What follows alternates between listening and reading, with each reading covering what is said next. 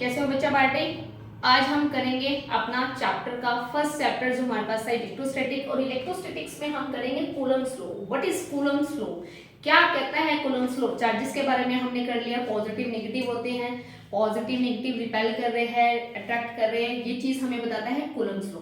तो सबसे पहले कूलम्ब्स लॉ ने क्या कहा? कूलम्ब्स लॉ ने कहा कि पूरे के पूरे यूनिवर्स में अगर कोई भी दो चार्जेस है हमारे पास, जिसको मैंने ले लिया Q1 एंड Q2 और A और B में रखा है सेपरेटेड बाय डिस्टेंस, और उसके बीच में अगर कुछ ना कुछ डिस्टेंस है तो वो चार्जेस जो है वो अट्रैक्ट भी कर सकते हैं, रिपेल भी करते हैं, वो डिपेंड करते हैं उनके नेचर पे। ठीक है, according to Coulomb's law the force of attraction and repulsion, attraction भी हो सकती है, रिपल्शन भी हो सकती है, the force of attraction and repulsion between two point charges is directly proportional to the product of their charges, मतलब directly proportion करना है चार्जेस के प्रोडक्ट को, and inversely proportion to the distance of the scale of the distance between them, मतलब inversely जो हमने करना है डिस्टेंस का स्केल करना है। इन दोनों इक्वेशंस को जब हमने इक्वेट किया बेटा, जब दोनों इक्वेशंस को इक्वेट किया 1 and 2 को, तो f is directly proportional to Q1 Q2 upon में r स्केल, एंड डायरेक्टली का साइन हटाने के बाद हमारे पास जो कांस्टेंट आया है उसको हम लेते हैं k, and where k is electrostatic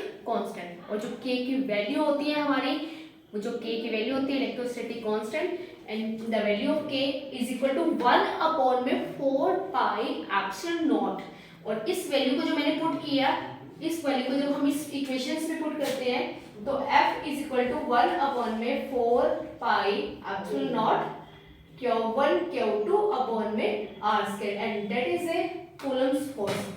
अगर f की वैल्यू आपके पास पॉजिटिव आती है तो मतलब फोर्स हमारे पास रिपल्सिव है, अगर f की वैल्यू हमारे पास नेगेटिव आती है देन फोर्स हमारे पास नेगेटिव है। बिल्कुल सिंपल लैंग्वेज में मैंने आपको बताया जो हमारे पास कूलम्ब्स लॉ है।